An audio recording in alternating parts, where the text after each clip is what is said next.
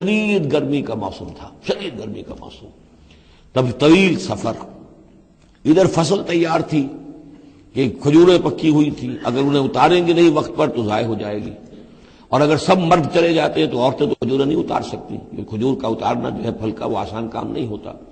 یہ سارے ایسے امتحانات جمع ہو گئے کہ اس کے لیے اہل ایمان کا بھی آخری امتحان ہو گیا، جس کے نتیجے میں جو منافقین تھے ان کا گویا کہ تشت بام ہو گیا، ان کا معاملہ، ان کی کمزوریاں، ان کی خباثتیں کھل کر سامنے آ گئی۔ تو یہ یوں سمجھیے کہ یہ 11 رکوع منافقین کے موضوع پر قرآن مجید کا آخری مقام اور ذروۂ سنام ہے۔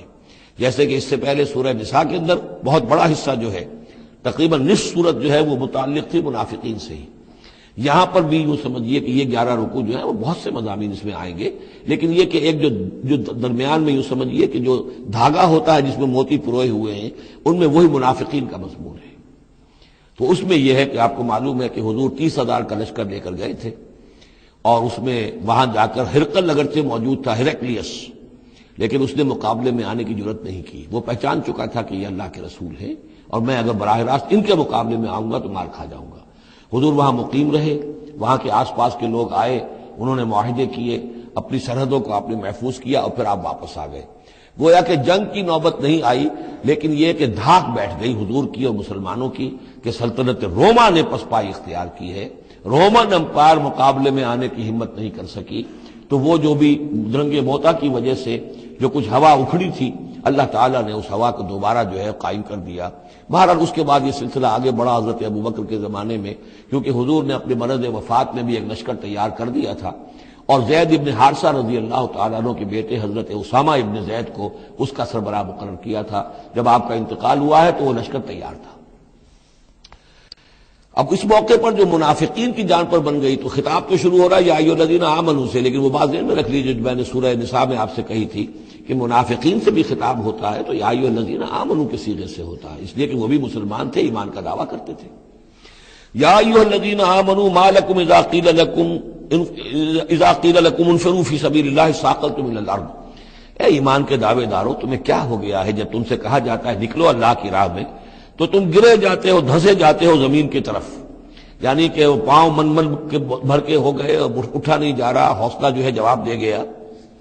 ارضیتم بالحیات الدنیا من الآخرہ، اب یہ وہی سرچنگ کوسچن، ذرا سوچو کیا تم نے آخرت کی بجائے دنیا کی زندگی کو قبول کر لیا ہے؟ دعوے دار تو ہو ایمان بالآخرت کے، لیکن اگر تم اللہ کی راہ میں جنگ کے لیے نکلنے کے لیے تیار نہیں ہو تو اس کا مطلب یہ کہ تم آخرت ہاتھ سے دے کر اور دنیا خرید رہے ہو۔ فما متاع الحیات الدنیا فی الآخرۃ الا قلیل، تو جان لو کہ دنیا کی پوری زندگی کا ساز و سامان آخرت کے مقابلے میں کچھ بھی نہیں ہے، نہ ہونے کے برابر ہے، بہت قلیل۔ الا تنفروا، اگر نہیں نکلو گے اللہ کی راہ میں، یعذبکم عذابا علیما، تمہیں عذاب دے گا، دردناک عذاب، ویستبدل قوما غیرکم، اور تمہیں ہٹا کر کسی اور قوم کو لے آئے گا۔ اس نے اپنے دین کا جھنڈا اٹھوانا ہے، تم نہیں اٹھاتے، تمہیں دفع کرے گا، ریجیکٹ کرے گا، مردود کر دے گا، اور کسی اور قوم کو لے آئے گا۔ ولا تضروہ شیئا، اور تم اللہ کا کوئی نقصان نہیں کر سکو گے۔ واللہ علی کل شیء قدیر، اللہ ہر چیز پر قادر ہے۔ الا تنصروہ، اگر تم ان کی مدد نہیں کرو گے یعنی حضور کی، فقد نصرہ اللہ، تو اللہ نے تو مدد کی ان کی۔ اذ اخرجہ الذین کفروا ثانی اثنین اذ ہما فی الغار، جبکہ کافروں نے انہیں اپنے گھر سے اور مکے سے نکلنے پر مجبور کر دیا تھا، جبکہ دو میں کے دوسرے تھے، دو ہی تھے، حضور تھے اور حضرت ابوبکر تھے رضی اللہ تعالی عنہ۔ اذ ہما فی الغار، جبکہ وہ دونوں غار میں تھے۔ اذ یقول، یہ غار ثور کا واقعہ ہے۔ اذ یقول لصاحبہ لا تحزن، جب حضرت ابوبکر نے رضی اللہ تعالی عنہ یہ کہا کہ حضور یہ تو پہنچ گئے ہیں غار کے دہانے تک، اگر کسی نے ذرا بھی نیچے جھانک لیا تو ہم نظر آ جائیں گے، تو حضور نے فرمایا لا تحزن، فکر نہ کرو، ان اللہ معنا، اللہ ہمارے ساتھ ہے۔ فانزل اللہ سکینتہ علیہ، تو اللہ تعالیٰ نے تسکین اور سکون نازل کر دیا ان پر، وأیدہ بجنود لم تروہا، اور ان کی مدد فرمائی ان لشکروں سے جنہیں تم نہیں دیکھتے، وجعل کلمۃ الذین کفروا السفلی، اور جس کا نتیجہ یہ نکلا ہے کہ کافروں کا کلمہ جو ہے وہ نیچا پڑ چکا ہے، پورے جزیرہ نما عرب کے اندر اللہ کا دین جو ہے غالب آ چکا ہے۔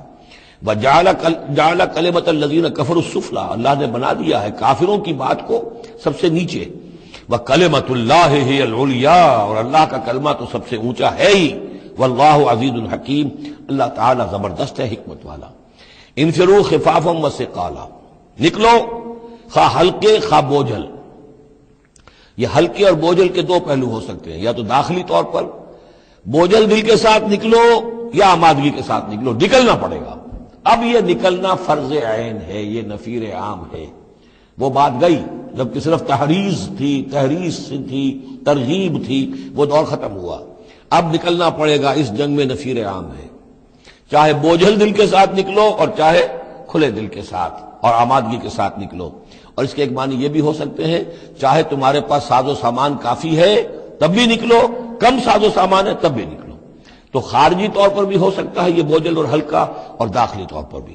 وَجَاهِدُوا بِأَمْوَالِكُمْ وَأَنفُسِكُمْ فِي سَبِيلِ اللَّهِ، اور جہاد کرو اللہ کی راہ میں اپنے اموال سے اور اپنی جانوں سے۔ ذَلِكُمْ خَيْرٌ لَكُمْ إِن كُنتُمْ تَعْلَمُونَ، یہی تمہارے لیے بہتر ہے اگر تم علم رکھتے ہو۔ لَوْ كَانَ عَرَضًا قَرِيبًا، اگر انہیں توقع ہوتی کہ مال قریب ہی ہے، قریب ہی ہمیں مال مل جائے گا، غنیمت مل جائے گی، وَسَفَرًا قَاصِدًا، اور اس کے لیے سفر بھی جو ہے وہ چھوٹا ہے، بڑا نہیں ہے، لَاتَّبَعُوكَ، تو یہ سب اے نبی آپ کی پیروی کرتے، آپ کے ساتھ چلتے۔ وَلَٰكِن بَعُدَتْ عَلَيْهِمُ الشُّقَّةُ، لیکن ان کو تو بڑی بھاری پڑ رہی ہے، بڑی دور کی مسافت نظر آ رہی ہے، اتنا دور۔ اور اس میں اعلان کر دیا تھا حضور نے، حالانکہ فتح مکہ کے موقع پر بھی حضور نے خفیہ رکھی تھی اپنی ساری سکیم، اور عام طور پر جنگوں میں یہ ہوتا ہے، اپنی پوری سکیم کا اعلان تو نہیں ہوتا، لیکن غزوہ تبوک میں آپ نے اعلان کیا تھا کہ ہم جا رہے ہیں، سلطنت روما سے ٹکراؤ ہے، تبوک تک ہمیں جانا ہے، کوئی چیز آپ نے راز نہیں رکھی، تاکہ جو شخص بھی ہے وہ سمجھ لے، اس کے لیے پوری تیاری کرے، داخلی بھی خارجی بھی، ساز و سامان کی بھی، اپنے حوصلے کو بھی دیکھ لے، لیکن یہ کہ بہرحال نکلنا فرض ہے۔ لو كان عرضا ولكن بعدت عليهم الشقة وسيحلفون بالله لو استطعنا لخرجنا معكم، اور یہ عنقریب قسمیں کھائیں گے اللہ کی کہ اگر ہمارے اندر استطاعت ہوتی ہم ضرور نکلتے، اب مجبوری ہے، فلاں مجبوری ہے، فلاں مجبوری ہے۔ یہلکون انفسہم، یہ اپنے آپ کو ہلاک کر رہے ہیں، واللہ یعلم انہم لکاذبون، اور اللہ تعالیٰ کو معلوم ہے کہ یہ جھوٹ بول رہے ہیں۔ عفا اللہ عنک لما اذنت لہم، اے نبی آپ کو اللہ معاف فرمائے، یا اللہ نے آپ کو معاف کر دیا، آپ نے انہیں کیوں اجازت دے دی؟ یعنی کوئی منافق آیا، کوئی اور آیا، حضور یہ مجبوری ہے، بیوی بیمار ہے، کوئی دیکھ بھال کرنے والا نہیں ہے، تو مجھے اجازت دے دی، اچھا بھائی جاؤ۔ حضور کی طبیعت میں بھی نرمی تھی اور آپ نے اجازت دے دی۔ اب جب اجازت مل گئی، اس نے کہا میں نے تو اجازت لے لی ہے، وہ کور بن گیا، اس کے نفاق کا پردہ چاک نہیں ہوا۔ حالانکہ حضور اجازت نہ دیتے تب بھی اس نے نہیں جانا تھا، لیکن نہیں جانا تھا تو معلوم تو ہو جاتا کہ اس نے رسول کی بات کا جو ہے وہ معصیت کی ہے، نافرمانی کی ہے، اس کے نفاق کا پردہ جو ہے وہ پڑا رہ گیا، وہ پردہ اٹھ جاتا۔ عفا اللہ عنہ، اللہ کو معاف کرے، یا اللہ نے آپ کو معاف کر دیا، لما اذنت لہم، کیوں آپ نے ان کو اجازت دے دی؟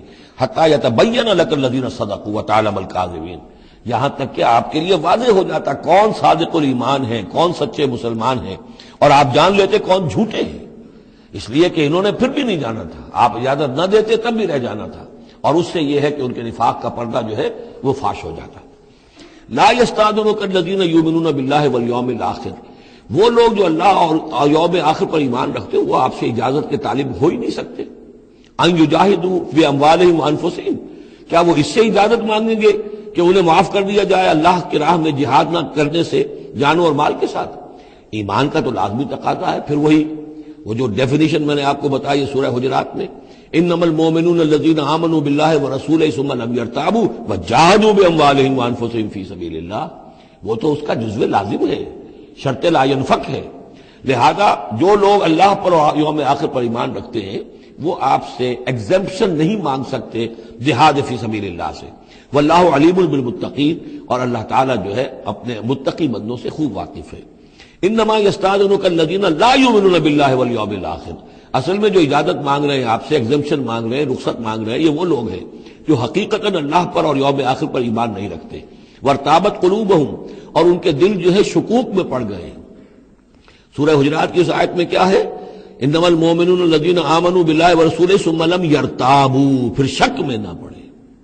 یہاں فرمایا وارتابت قلوبہم، ان کے دلوں کے اندر شکوک کے ڈیرے ہیں۔